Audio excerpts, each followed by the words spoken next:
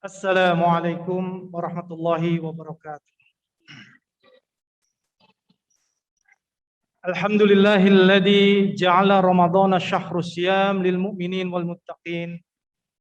Asyhadu an la ilaha illallah wahdahu la syarikalah wa asyhadu anna Muhammadan abduhu wa rasuluhu la nabiyya ba'da.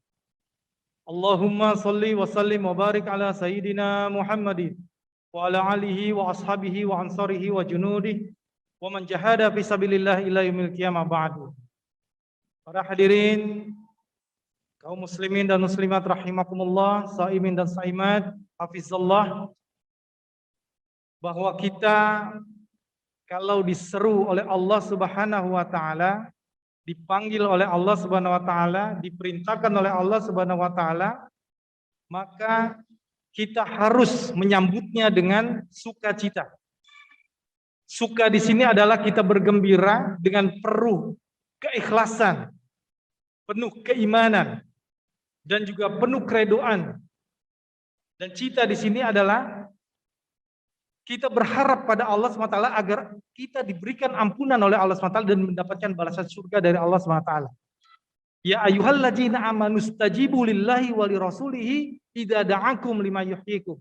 Wahai orang-orang yang beriman, kalau dipanggil oleh Allah Subhanahu wa taala, diseru oleh Allah Subhanahu wa taala, diperintahkan oleh Allah Subhanahu wa taala, maka penuhilah. Penuhilannya ini dengan penuh sukacita. Tidak ada perasaan kesal, tidak ada perasaan tidak enak. Ini penuh dengan keimanan dan keikhlasan pada Allah Subhanahu wa taala. Jadi penuh sukacita. Begitu juga ketika Allah memerintahkan kepada kita di bulan suci Ramadan ini, yaitu saum. Ya ayyuhalladzina amanu kutiba alaikumusiyam kama kutiba alal ladzina min qablikum la'allakum tattaqun. Maka kita sambut ini dengan sukacita. Suka dengan penuh perasaan gembira, penuh keikhlasan, dan penuh berharap pada Allah SWT agar kita diampuni oleh Allah dan berharap kita dimasukkan ke surganya Allah Subhanahu wa taala. Ini beda antara ibadah Ramadan dengan ibadah-ibadah yang lainnya. Apakah kita benar menghadapi bulan suci Ramadan ini dengan penuh sukacita? Atau masih ada orang yang punya berpikiran, aduh datang lagi bulan Ramadan, berkurang lagi jatah tidur saya, berat lagi saya menahan lapar dari pagi sampai maghrib.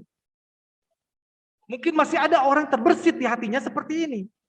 Artinya sukacita ini benar-benar harus kita realisasikan dengan kita penuhi seluruh panggilan Allah Subhanahu wa taala, karena beda antara ibadah Ramadan dengan ibadah lain. Kalau ibadah lain kita akan tahajud, ini ada dominasi dunia masih ada. Kalau kita tahajud, pasti kita akan meminta agar kita lulus ujian, agar kita minta dilapangkan rizkinya, agar kita disehatkan, agar kita naik pangkat. Masih ada dominasi dunia. Atau ketika kita akan sholat duha, pasti berharap agar dilapangkan rizkinya oleh Allah Subhanahu wa taala.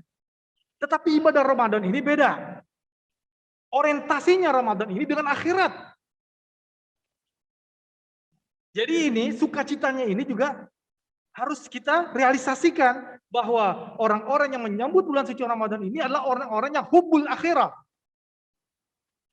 Orang-orang yang hubbul akhirah adalah orang-orang yang hubbul maut. Orang yang cinta kepada akhirat dan orang yang cinta kepada kematian.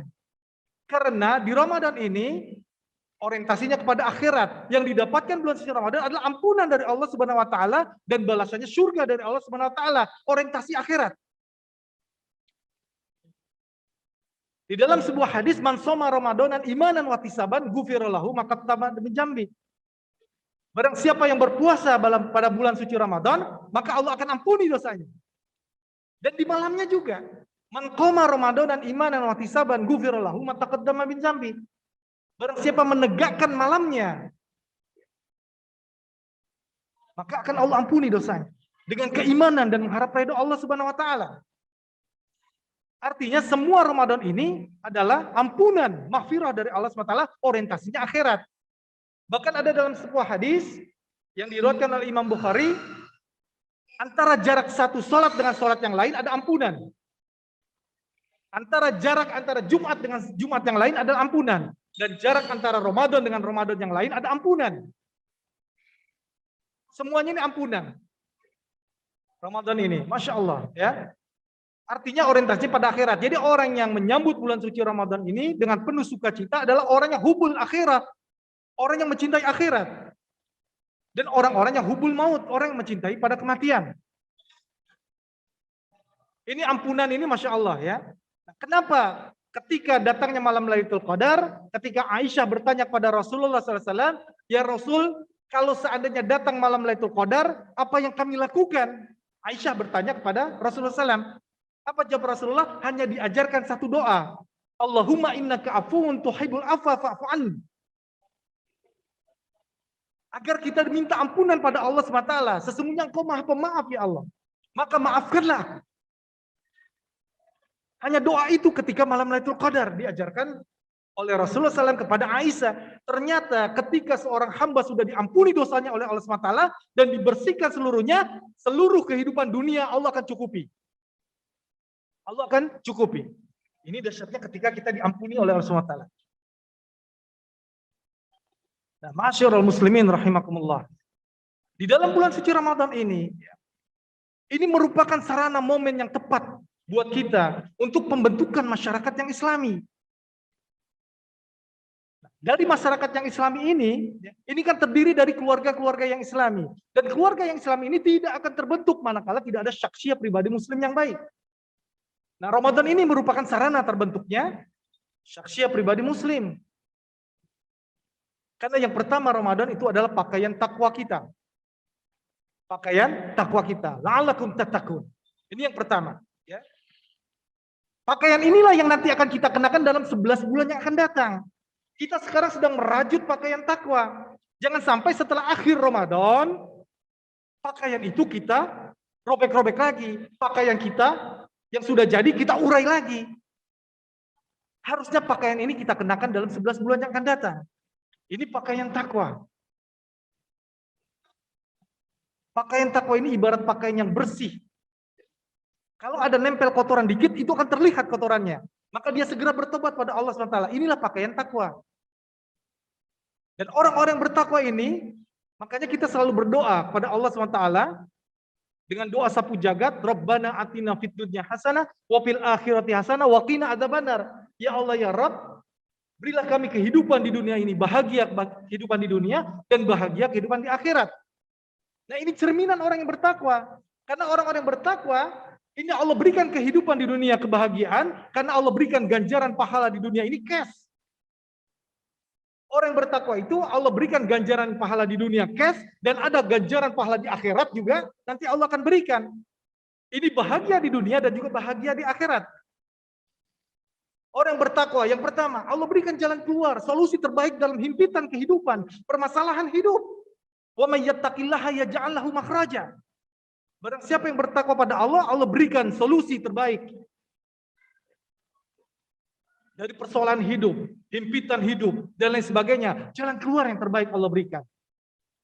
Yang kedua juga Allah berikan rizki yang datangnya tidak disangka-sangka. Wa yarzuqhu min haitsu la yahtasib. Bahkan dilanjutkan lagi, wa may tawakkal 'ala Allah fa huwa hasbuh. Dan barang siapa yang bertawakal pada Allah, Allah cukupkan dia. Dan juga orang yang bertakwa, Allah berikan kemudahan-kemudahan dalam menjalani kehidupan.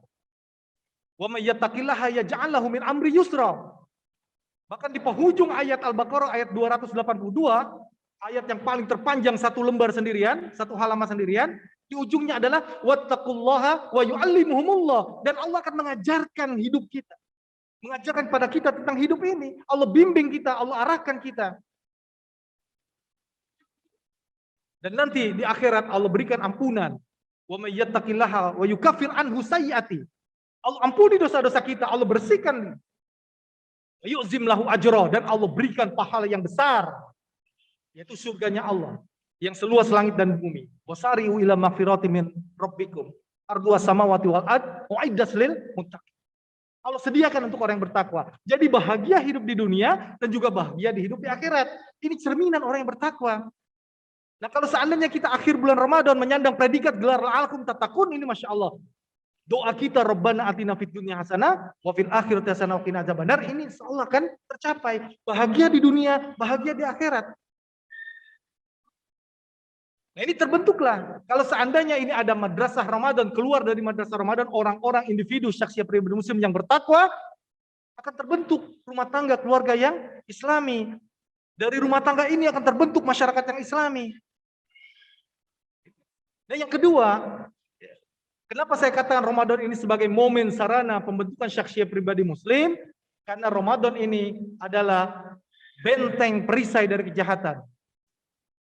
Asyamu junnah, kata Rasulullah SAW. Puasa itu adalah benteng, perisai dari kejahatan. Fa'idha kaumun ahadukum sauman, barang siapa yang berpuasa pada hari ini, wala yarfasu, wala yazhalu, wala yazgabu. Jangan kau berkata keji, jangan kau berkata kotor, jangan berlaku jahil, jangan berlaku zalim, jangan berlaku jahat. Fa'insyatama auqatalahu, barang siapa yang datang menghardik kita, mengajak berkelahi kepada kita, falyakul ini soimun, saya sedang berpuasa. Ini benteng perisai. Kalau orang-orang jiwa, orang-orang berpuasa ini ada, tidak ada lagi KDRT di rumah tangga. Tidak ada lagi tawuran antar pelajar. Tidak ada lagi preman yang saling palak memalak, merebutkan segala ini. Karena saum itu adalah junnah, perisai dari kejahatan. Terbentuklah masyarakat yang Islam.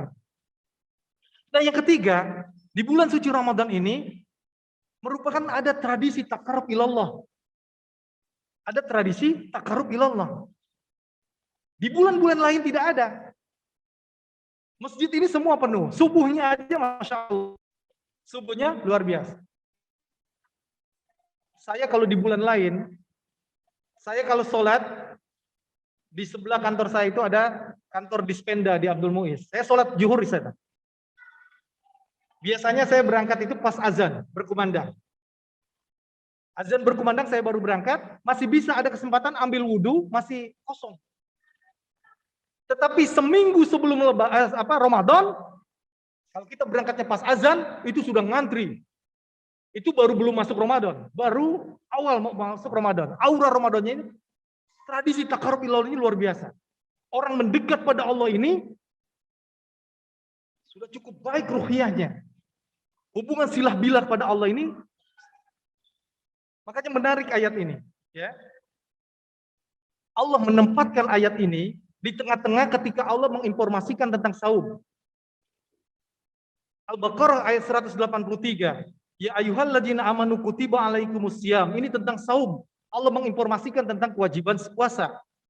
Di 184-nya juga tentang saum. Ayyamam ma'dudat faman kana minkum maridan aw ala safarin fa iddatun min ayamin ukhar.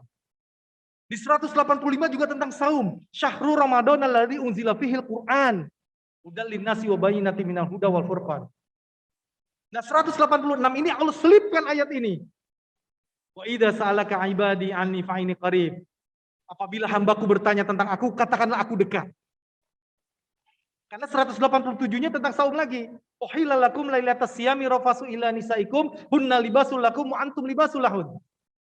Jadi ketika Allah menginformasikan tentang saum di Al-Baqarah dari 183 sampai 187, Allah selipkan ayat ini. Wa idza sa'alaka ibadi anni fa inni qarib. Apabila hambaku bertanya tentang aku, katakanlah aku dekat.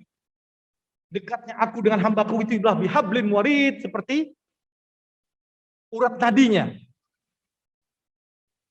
Ada hubungan silah bila, al-quwatu silah bila. Kalau hambaku mendekat pada Allah sejengkal, Allah akan mendekat pada kita sedepa.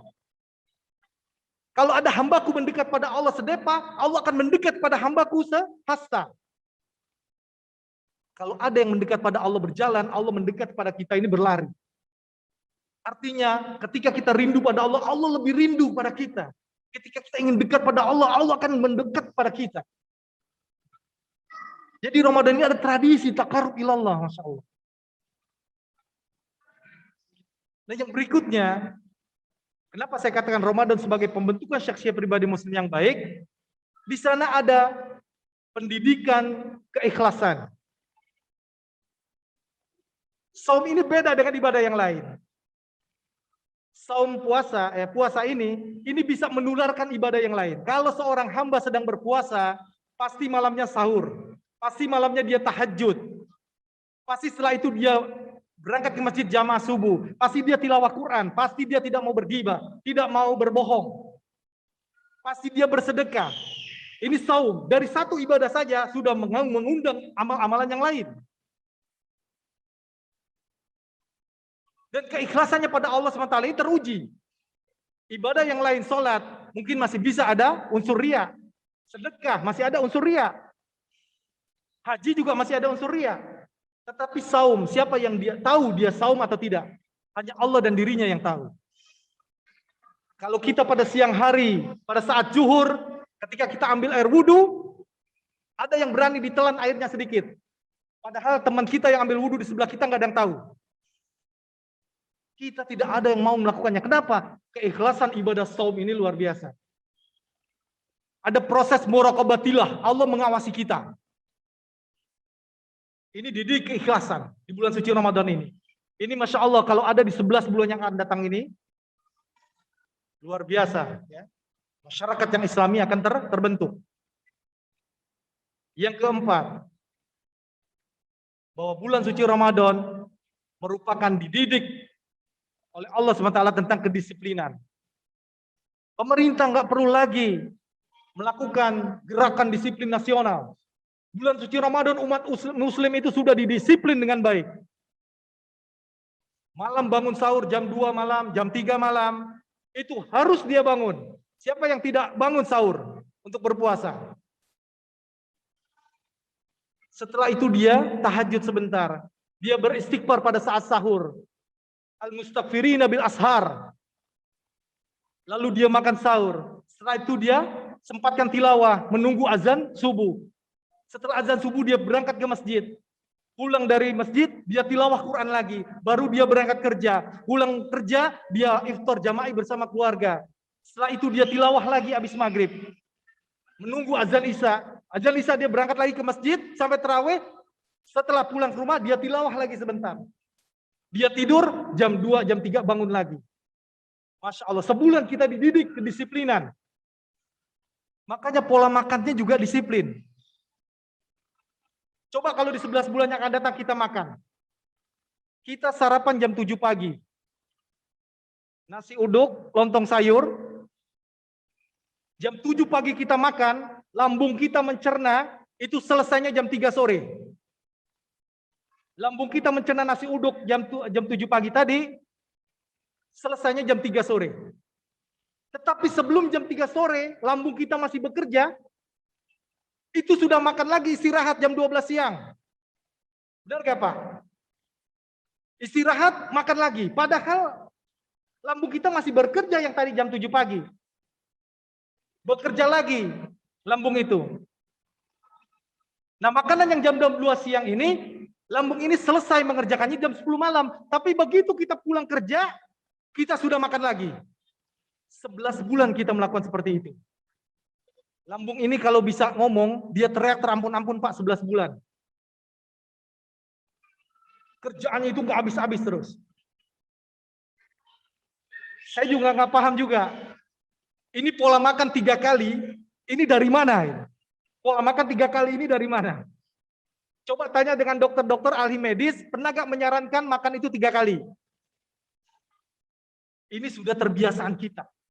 Padahal Rasulullah SAW mengatakan, kebanyakan dari kami, kalau kebanyakan dari kami berarti kami dan para sahabat. Itu kalau makan adalah selagi lapar dan berhenti sebelum kenyang. Kalau kita mau lapar, mau kenyang harus 3 kali. Pagi, sore, siang, malam. Ini polanya sudah, pola makan di bulan suci Ramadan ini dahsyat. Bapak makan sahur jam 3. Selesai lambung itu nanti sekitar jam 12 atau jam 1 selesai. Istirahat lambung kita sampai menunggu maghrib. Makanya Masya Allah ya, orang-orang yang nanti Ramadan, setelah Ramadan itu sehat-sehat semua. Badannya ada yang turun 2 kilo, ya, perutnya udah mulai ada yang kempes. Tapi begitu Lebaran, hantem lagi ketupat. Sehari 4 kali, 5 kali, gemuk lagi. kembali lagi kepada habitatnya lagi. Begitu seterusnya. Nah, pola ini Masya Allah. Makanya saum ini begitu sehat. Dan yang terakhir, kenapa saya katakan Ramadan sebagai pembentukan syakhsiyah pribadi Muslim, bahwa di situ ada silaturahmi, ukhuwah Islamiyah terbentuk di bulan Ramadan. Tetangga yang nggak pernah keluar, dia berangkat ke masjid, bertemu dengan kita saling berkomunikasi. Mana aja, bertemu baru kita di masjid. Semua ini bersilaturahim ada di masjid di bulan suci Ramadan. Adanya proses ukhuwah Islamiyah yang sangat luar biasa. Ada persatuan dan kesatuan umat Islam. Nah, inilah 6 hal ya kenapa Ramadan saya katakan sebagai sarana pembentukan syakhsiyah pribadi Muslim yang baik dan akan membentuk satu rumah tangga keluarga-keluarga yang Islami, takwinul baitil Muslim, dan juga akan membentuk irsadul mujtama, masyarakat yang Islami. Nah, ini Ramadan ini, mudah-mudahan kita keluar bulan suci Ramadan ini menyandang gelar predikat la'alakum tattaqun, la'alakum tashkurun, la'alakum yarsyudun. Ya, mudah-mudahan Allah memberikan kepada kita Ramadan ini Ramadan yang terbaik buat kita. Karena kita nggak tahu apakah Ramadan yang akan datang, kita akan bertemu lagi dengan bulan suci Ramadan. Maka jadikan Ramadan ini Ramadan yang terbaik. Mudah-mudahan Allah memberikan kesehatan pada kita, memberikan taufik dan hidayah. Wallahu a'lam bishawab. Mudah-mudahan inilah yang dapat saya sampaikan. Billahi taufik wal hidayah. Assalamualaikum warahmatullahi wabarakatuh.